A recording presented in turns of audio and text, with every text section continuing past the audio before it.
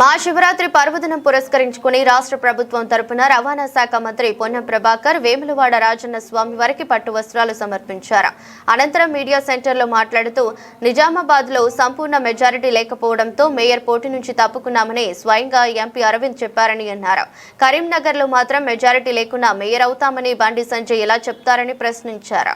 Nizamabad municipal కార్పొరేషన్లో 60 సీట్లు ఉన్నాయి. 28 హైయెస్ట్ లార్జెస్ట్ సింగిల్ పార్టీ 28 సీట్లతో బీజేపీ ఉంది. అక్కడ పార్లమెంట్ సభ్యుడు మేము ప్రతిపక్షంలో కూర్చుంటామని చెప్పినాడు. అబ్సల్యూట్ మెజార్టీ లేదు కాబట్టి.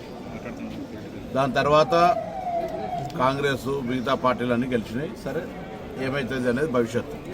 ఇక్కడ కూడా మేమే గెలిచినామని ప్రకటించుకున్న బండి సంజయ్ గారు కూడా 69 సంఖ్య, ఇక్కడ 66 plus MP, local MLA and Manakonda MLA 69 మంది మెంబర్స్ ఓటింగ్. 69 మంది మెంబర్లు ఉన్నటువంటి దానిలో 30 సభ్యులకు ఎన్నిక గెలిచి మేము మేయర్ అవుతామని ప్రకటించుకున్నది ఆయన. ఆ రాజకీయ పార్టీ నాయకుడిగా పార్లమెంట్ సభ్యుడిగా ఎట్లా ప్రకటించుకున్నాడో మిగతా రాజకీయ పార్టీలు ఎవరికి వాళ్ళకు వ్యూహం ఉంటాయి. రాజకీయాల్లో ఎన్నికల సందర్భంగా భారతీయ జనతా పార్టీ ఏ విధంగా వాళ్ళ పొత్తున్న పార్టీలను కూలగొట్టింది, అవినీతి పర్వనాల పార్టీలు జైన్ చేసుకుని ఎట్లా పూరితమైనరు, ఇదంతా చర్చ ఇది సందర్భం కాదు. కానీ ఒకటి మాత్రం చెప్తాను, తప్పకుండా పొలిటికల్ పార్టీగా గతంలో కూడా కరీంనగర్ మేయర్కు మేము 13 సీట్లు గెలిచినప్పుడు కూడా మేము మేయర్ అయినాం కరీంనగర్కు సంబంధించి. కాబట్టి ఇప్పుడు కూడా అన్ని రాజకీయ పార్టీలు రాష్ట్ర నాయకత్వ సలహా సూచనకు సంబంధం లేదు. ఇందులో ముఖ్యమంత్రి గారు మంత్రుల జోక్యం లేదు. ఇందులో స్థానికంగా గెలిచిన ప్రజాప్రతినిధులు వాళ్ళ ఒక ఆలోచనతోటి అబ్సల్యూట్ మెజార్టీ బీజేపీకి రాలేదు. నిజామాబాద్ లాగా నేను కూడా ప్రతిపక్షంలో కూర్చుంటా చెప్పాల్సి ఉండే. అక్కడ కూడా 60కి 28 వచ్చినాయి, ఇక్కడ 69కి 30 వచ్చినాయి. దానికి పెద్ద మేము గెలిచినామని జెండా పాచినామని మీరే జెండా ఊపారు కదా. మేము అన్నామా? మేము ఇప్పుడు ఏమంటున్నాం, డెమోక్రటిక్గానే ప్రజాస్వామికంగానే గెలిచిన కార్పొరేటర్లు మేయర్ను ఎవరు ఎంపిక చేసుకుంటారు తప్ప గౌరవ ముఖ్యమంత్రి గారు మంత్రులు తిరగనీయం ఎవరు. డెమోక్రసీ ఎవరికి వ్యతిరేకం కాదు. మేము ప్రజాస్వామ్యంగా గెలిచిన ఆ బీజేపీ 30 మంది కూడా శుభాకాంక్షలు, మిగతా 36 మంది కూడా శుభాకాంక్షలు. అందరూ కలిసి మంచి మేయర్ని ఎన్నుకోండి. మేము రాష్ట్ర ప్రభుత్వం నుంచి కరీంనగర్ లాంటి పెద్ద నగరం ఈరోజు 3,40,000 ఓట్లు, 5 లక్షల జనాభా, తెలంగాణ రాష్ట్రంలో హైయెస్ట్ సీట్స్ ఉన్నటువంటి కార్పొరేషన్ చెప్పకుండా ఉత్తర తెలంగాణ దాన్ని డెవలప్మెంట్ చేయాలని మా ప్రభుత్వ ఆలోచన. దానికి అనుగుణంగా మంచి ఒక కోఆర్డినేషన్ పాలకవర్గం ఉంటే బాగుంటుందని ఆకాంక్ష పడడం లోపల పొరపాటు ఎట్లయితుందో నాకు అర్థం కాలే. మేము ఎవరికి వ్యతిరేకం కాదు, ఎవరిని పదవులకి దించే ప్రయత్నం చేస్తలేము. మీకు అబ్సల్యూట్ మెజార్టీ ఉంటే మేము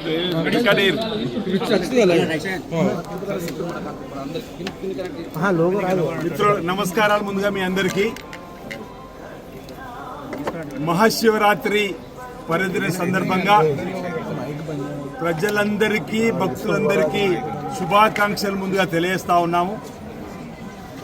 ఈ మహాశివరాత్రి పర్వదిన సందర్భంగా దక్షిణ కాశీగా పేరుగాంచిన వేములవాడ శ్రీ రాజరాజేశ్వరం సన్నిధిలో, భీమేశ్వర సన్నిధిలో ఉత్సవాలు ఘనంగా జరుగుతూ ఉన్నాయి.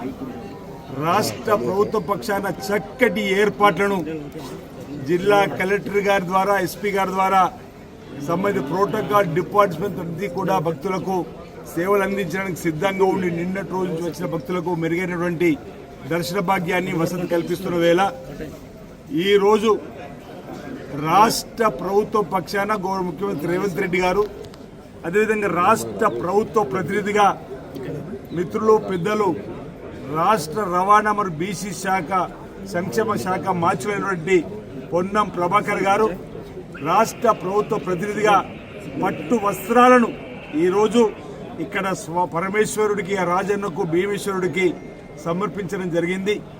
లోక కళ్యాణం జరగాలని, చక్కటి పరిపాలన, ఎలాంటి ఆటంకాలు రాకుండా ముందుకు వెళ్ళాలని, ప్రజలందరికీ ఆ పరమేశ్వరు ఆశీస్సులు అంది అందరూ కూడా సుఖమయ జీవితంతో, ఆనందమయ జీవితంతో, అశ్వేశ్వరుడు ఆయుర్వేదంతో ఉండాలని, సుభిక్షంగా ఉండాలని, సకాలంలో చక్కటి వర్షాలు బ్రహ్మాండంగా పడి, పాడి పంటలు బ్రహ్మాండంగా పండి, రైతు వర్గంతో పాటు అన్ని వర్గాల ప్రజలు కూడా ఆనందమయ జీవితం ఉండాలని చెప్పిన సందర్భంగా ఆ లోక కళ్యాణం జరగాలని ఆ పరమేశ్వరుని ఇక్కడ రాజన్న సన్నిధిలో జరుగుతున్నటువంటి ప్రత్యేక కార్యక్రమాలు, భీమేశ్వర స్వామి జరుగుతున్న కార్యక్రమాలకు మెచ్చి వారు ఆశీర్వాదం అందజేయాలని చెప్పి సందర్భంగా ప్రధానంగా కోరుకుంటూ రాష్ట్ర ప్రభుత్వం కూడా ఎలాంటి ఆటంకాలు కలగకుండా చక్కటి సంక్షేమ కార్యక్రమాలు ప్రజలకు అందరికి అందేలా ప్రభుత్వ పక్షాన అభివృద్ధి బ్రహ్మాండంగా సాగేలా కూడా ఎలాంటి ఆటంకాలు రాకుండా రేవంత్ రెడ్డి సర్కారు దీవెనివ్వాలని చెప్పని కూడా ఈ సందర్భంగా ఈ మహాశివరాత్రి సందర్భంగా ఆ రాజన్నను ఆ భీమన్నను ఆ పరమేశ్వరుని